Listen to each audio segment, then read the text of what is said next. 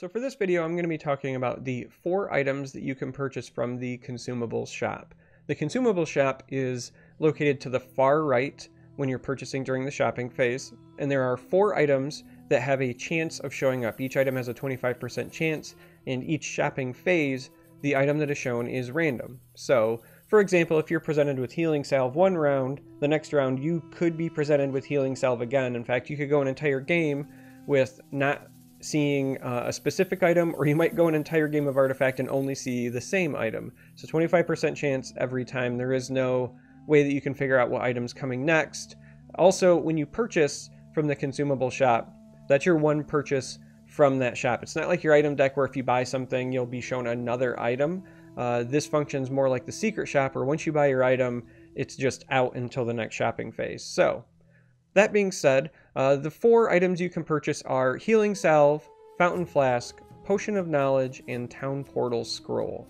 And we're going to start by talking about Healing Salve. So, Healing Salve is a 3 gold item, costs 3 gold to purchase, and it says heal a unit by 6. Now, there are some things you want to consider when you're maybe going to buy this item, because this is a very situational item. The first thing you want to check is, is there anything I want to keep alive? Because if the answer is no, you just don't buy this item. The next question is, if what I'm trying to keep alive is a hero, are there better options for gaining health available to me? And what I mean by that is, it's far better to buy, say, a trinket like Revtel's Signet or the Cloak or something in that vein that's going to give you permanent modified health for your hero than it is to just buy Healing Salve. Now, those items might cost a little bit more, but they're also going to net you long-term value. Healing Salve is just a one-shot item, so you're going to get your use out of it, but that's it.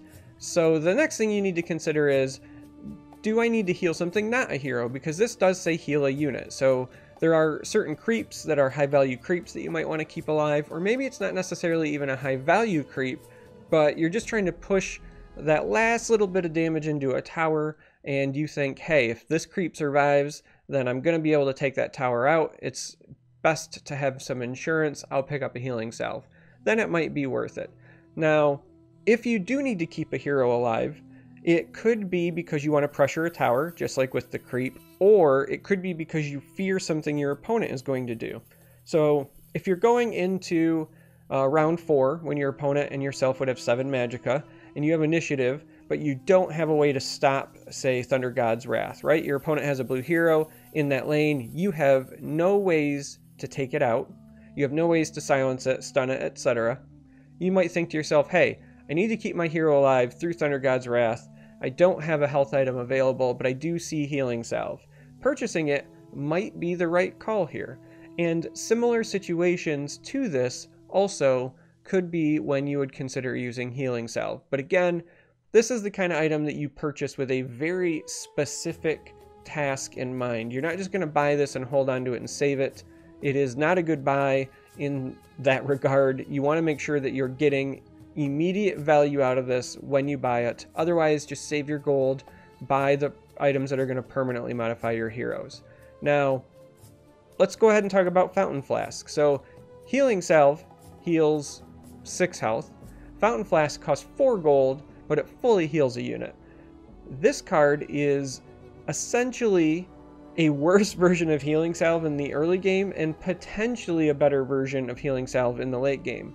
So, Fountain Flask is obviously better if you're going to heal more than 6 health, but that doesn't happen very often, and if it does, it certainly will happen much later in the game. Also, a lot of times you just need to heal 6 because you're trying to, again, get out of Thunder God's Wrath's reach.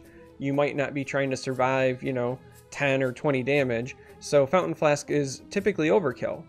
But sometimes you're shown Fountain Flask instead of Healing Salve, and you just got to pay the 1 gold extra premium because, again, if you're in one of those situations where Healing Salve would have saved you, if it's not there but Fountain Flask is, then you just buy Fountain Flask to solve the same problem.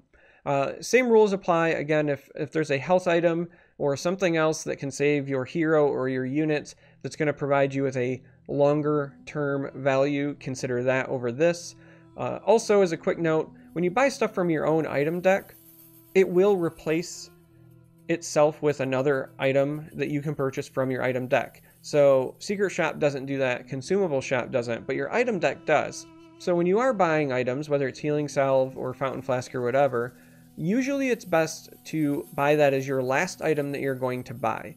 Because if you don't have a Revtel Signet or a Cloak or whatever it is immediately available, but you buy a Blink Dagger, there's a chance that one of those health items will appear in your item deck after you've made that Blink Dagger purchase.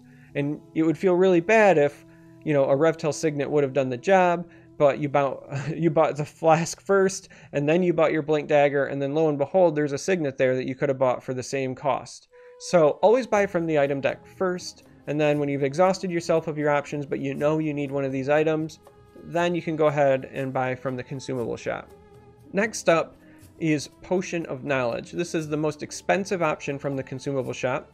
This is a 5 gold item, and it just says draw a card. And that's it.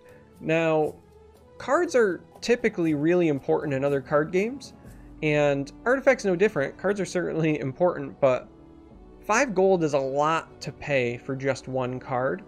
And on top of that, Potion of Knowledge requires you to play the card to draw the card, which means you're potentially giving up initiative. You have to take a whole action in order to do this.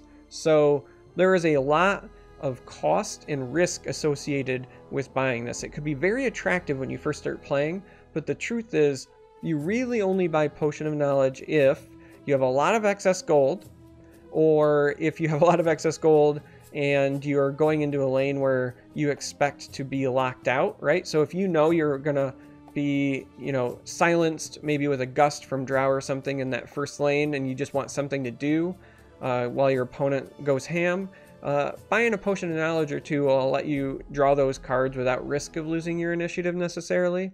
But 5 gold is a lot. There's a lot of items that you can buy that are just significantly better for 5 gold or even less. So this is your overflow, essentially. Now, the other time that you might consider picking up Potion of Knowledge is if you need a very specific answer in lanes 2 or 3.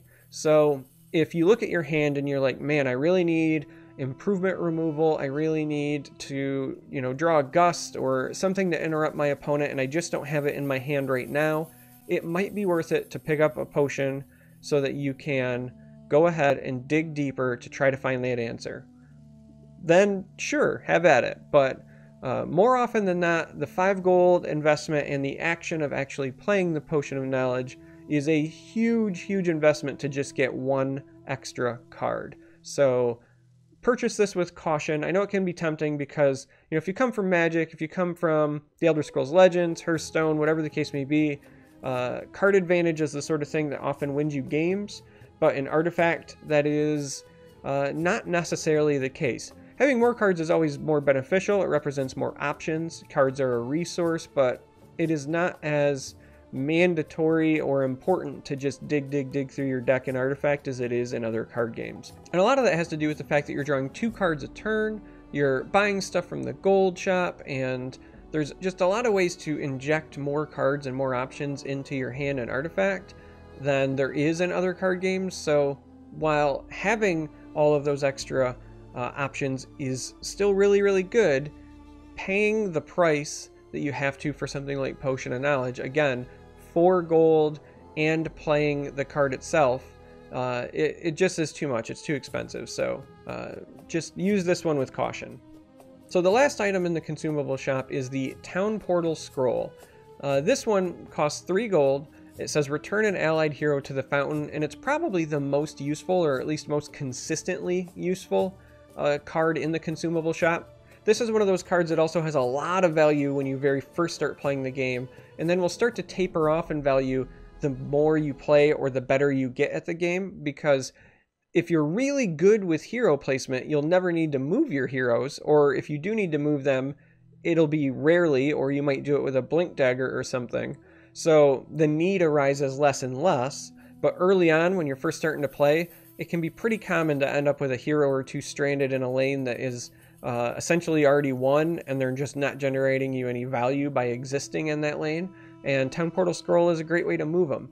Town Portal Scroll is probably the only item that I proactively buy, and even then it kind of depends on the flow of the game, my gold, and whether or not I need to buy other items, but it can be the right thing to do if you see a town portal scroll to buy it and then save it for a round or two, because again, Consumable Shop is random. You can go an entire game without seeing a town portal scroll, and if you end up with heroes that are stranded, or maybe you're really, really good at hero placement, but your opponent shipped your heroes to another lane, whether they're playing Beastmaster or something else that can just move units to another lane, that can completely make this card relevant and desirable, and so hanging on to one is not necessarily a bad thing. So yeah, Town Portal Scroll is also a tempting play if you think your hero is going to die. Your instinct might be to pick up a Town Portal Scroll and then bounce it back to the fountain so that you can just redeploy it the next turn. It's essentially like healing it to full, but you are paying a cost there as well. So while you're denying your opponent the ability to kill your hero, you're spending 3 gold to do so. So really you're only denying your opponent 2 gold because you're going down in 3 instead of them going up in 5. The other thing to consider is that when you town portal one of your heroes, they're no longer in the lane, so you can't play cards associated with that color unless you have other heroes of the same color there. So if you've got a black hero in a lane and it's your only black hero and you town portal scroll it to protect it, now you can't play black cards in that lane. So that's something else that you need to consider when you are using this. I highly recommend trying to do your best and save this for when you really need to redeploy to another lane because a hero is stranded. That is the best time to use it. If you can help it, it helps a lot to simply buy this at the time you need it, but unlike the other 3, this one, there is an argument, a case to be made for maybe proactively buying it, especially when you're new to Artifact, because as I said, you're going to end up with some heroes stranded while you learn the ropes. As you get better and you get a little bit more intuitive about where to place your heroes and the importance of their location, you might need it less and less, but this one is easily the most useful of the 4 from the Consumable Shop. So hopefully this little primer helps you in terms of, hey, when would I consider buying these? What are these useful for? So on and so forth. If you've made it this far, thanks for watching. I really appreciate it, and I hope to catch you next time.